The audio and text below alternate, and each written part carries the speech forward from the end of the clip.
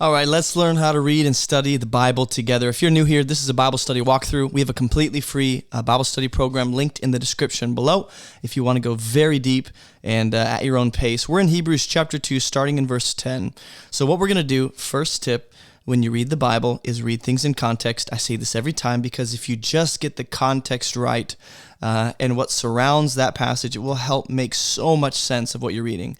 So we're in verse 10, and it says, "For," and I'm going to immediately highlight this word "for," because what's essentially being said through this word is like "because." In other words, there's reasoning behind this word "for" as it relates to verse 9. So it would read like this. Let's back it up to verse 9 just for the sake of clarity. Hopefully you can see that. It says, "But we see him who for a little while was made lower than the angels, namely Jesus. He's crowned with glory and honor because of the suffering of death, so that by the grace of God he might taste death for everyone. For," right? "It was fitting that he for whom and by whom all things exist, in bringing many sons to glory." Now this is a very long and awkward sentence in English, so I get that. When I typically come across a long and awkward sentence like this in the English language, and the translation I use is like really clunky, what I'll do is I'll break up each statement as its own separate thing and make sense of what's being said. So I'll read this as a whole, and let's go on. It says, "should make the founder of their salvation perfect through suffering." Okay, so those are the main ideas put forth.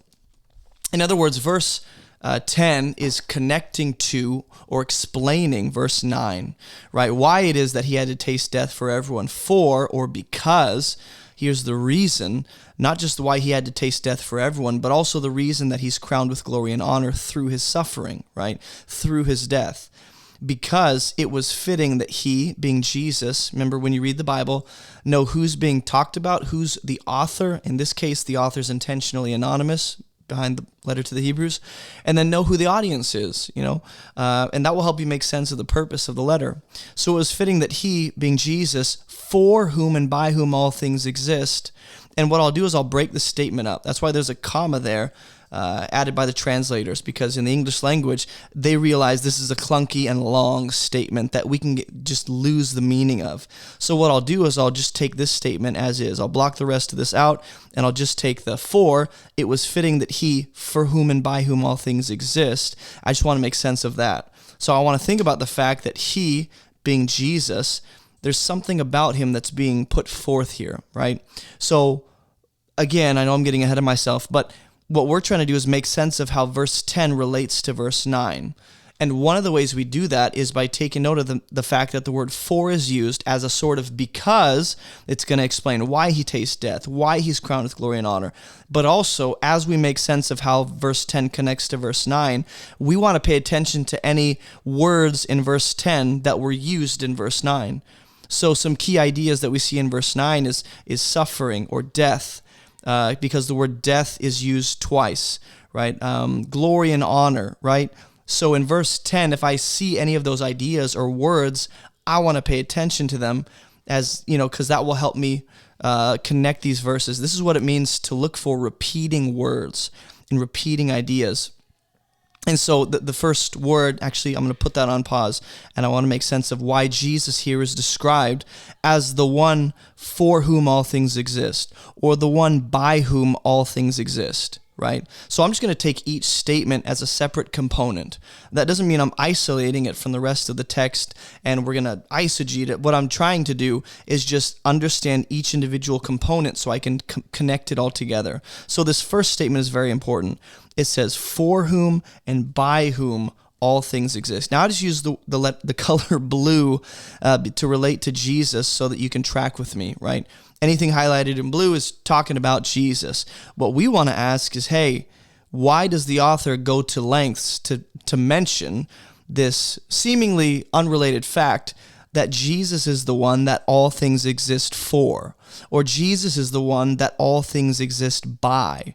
In other words, he's the purpose for all things. He's the one that sustains all things, right? What does that have to do with what I've seen in the previous verses put forth? Now remember, we want to zoom out a little bit. Right now we're focused on verse 10, But as good Bible students, one of the best tips I can give you is to zoom out a little bit and think about the overall main point being put forth in chapter 2, which is, again, that Jesus is better than angels, and there's a great salvation we should not neglect because he's greater than angels, right?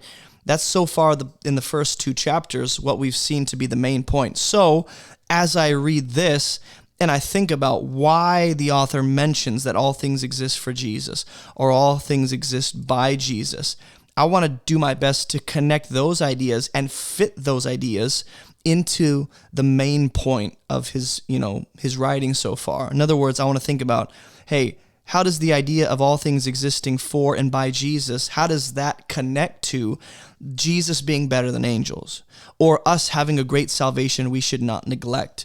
I want to think about how do these statements about Jesus relate to the main point of what the author is trying to get us to understand, right? And that's something to meditate on. Let me know in the comments what you guys think.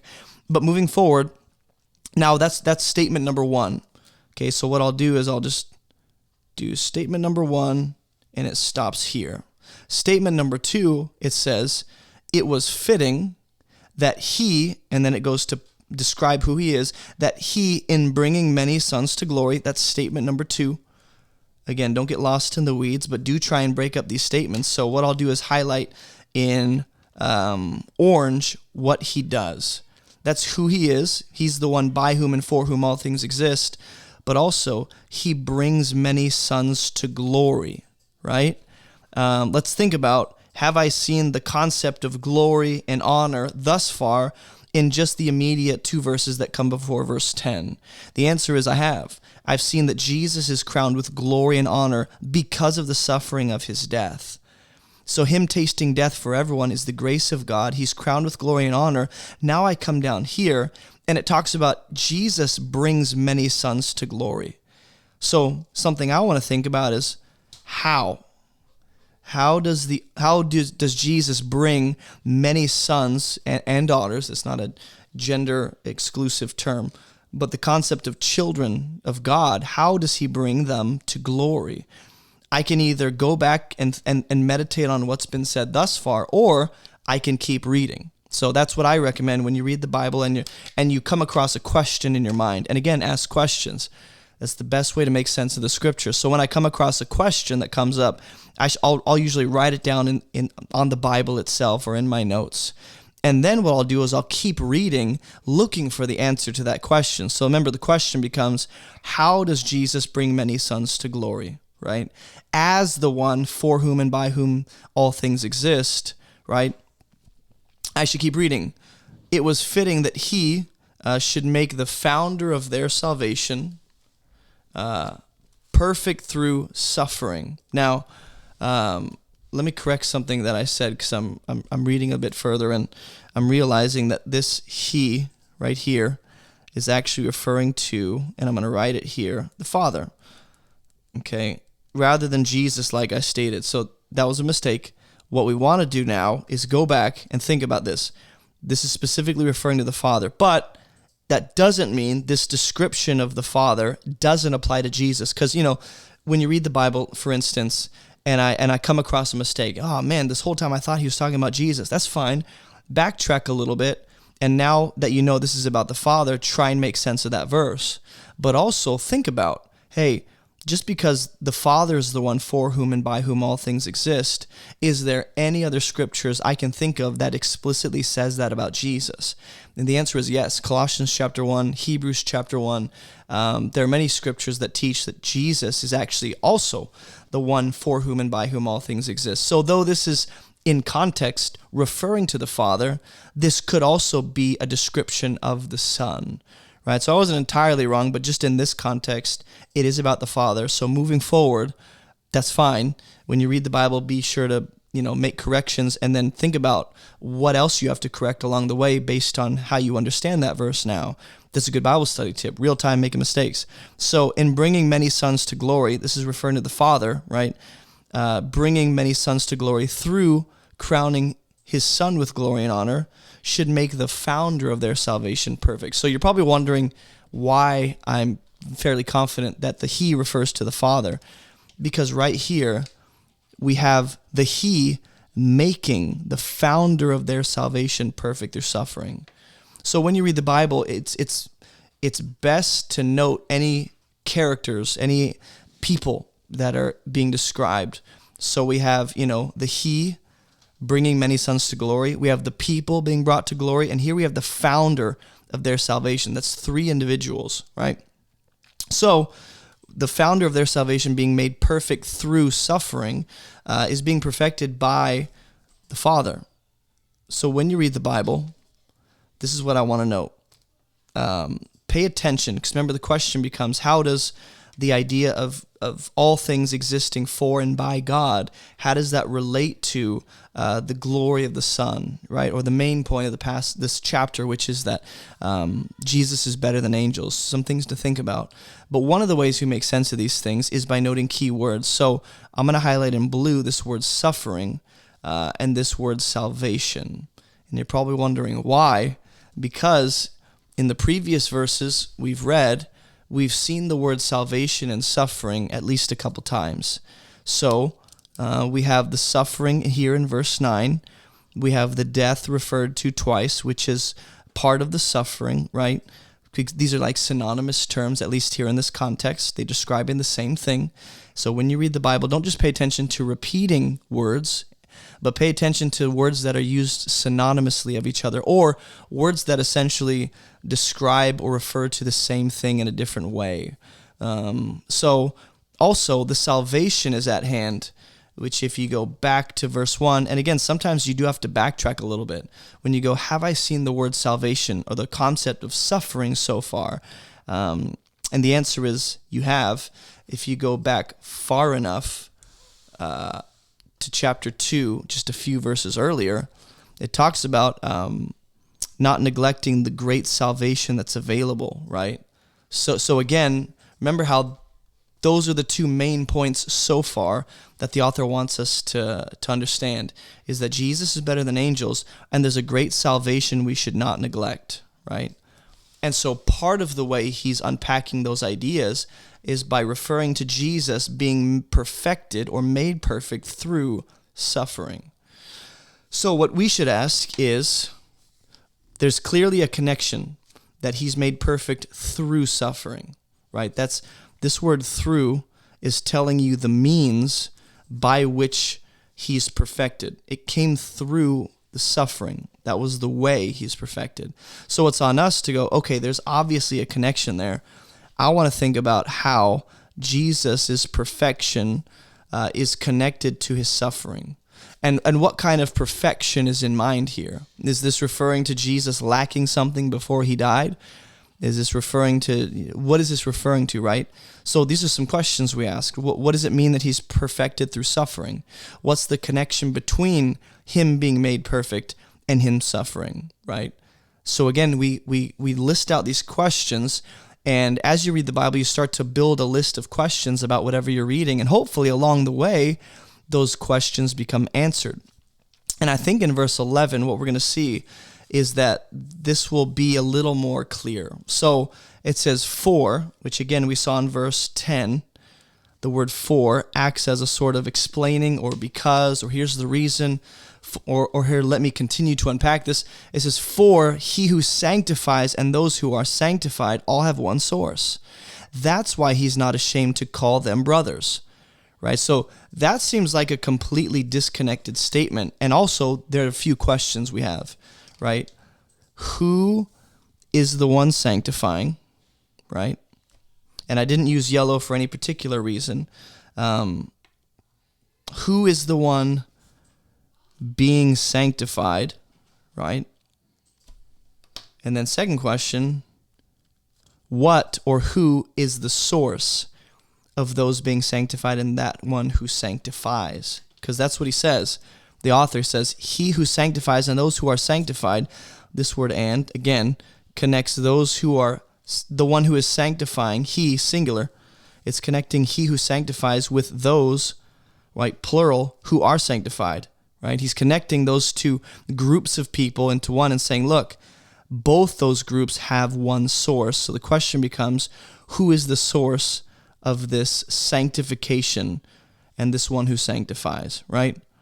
And then it transitions, and this seems like a completely disconnected idea, but it's on us to think about and meditate on why this statement is being made. That is why he's not ashamed to call them brothers. So again, the question is, well, who's the he, right? And who's the them being called brothers, right? These are questions that will be answered as we continue to read, Lord willing, right? But for now, I'll tell you that the he refers to Jesus. The he is the one who sanctifies, and the them refers to the people being sanctified, those who are sanctified. The source here is the Father. Okay, just giving you a little information up front that we haven't necessarily discovered in the text, but I know from reading this those are the groups. Those who are being sanctified are those who believe. He who sanctifies is Jesus, and the source is the Father, right? So whatever this sanctifying is, and the reason the author talks about the Father being the source of this sanctifying is because it relates to Jesus being perfected through suffering, right? So it goes like this. Hey, the Father brings many sons to glory by making the founder of their salvation perfect through suffering, right? Then verse 11 is going to continue to elaborate on what it means that this founder, Jesus, is perfect through suffering, or made perfect through suffering. Verse 11 is a sort of description or elaboration on what it means or why Jesus is perfected through suffering. It involves the Father being the source of both, those who are sanctified and the one who sanctifies. But Jesus here, it's on us to think about how he's described as the founder of their salvation. So what I'll do as a good Bible student, what we should note is I see two descriptions of Jesus so far, at least just right here in this little section. He's referred to as the founder of our salvation, and he's referred to as the one who sanctifies right here. So when you see a list developing or a bunch of statements being made about the same thing, in this context, there's several statements being made about Jesus. It's on us to take note of that as good Bible students. List that out and go, I'm noticing that the author is putting forth a bunch of different descriptions of Jesus. He's referred to as the founder. He's referred to as the one who sanctifies, right? So I don't just want to think about how those two ideas relate to each other. I also want to think about why he would refer to Jesus in this way and what it emphasizes in this text. So think about Jesus sanctifying and having the Father as the source. Think of Jesus calling people brothers, those who have the same faith, right? Faith in him.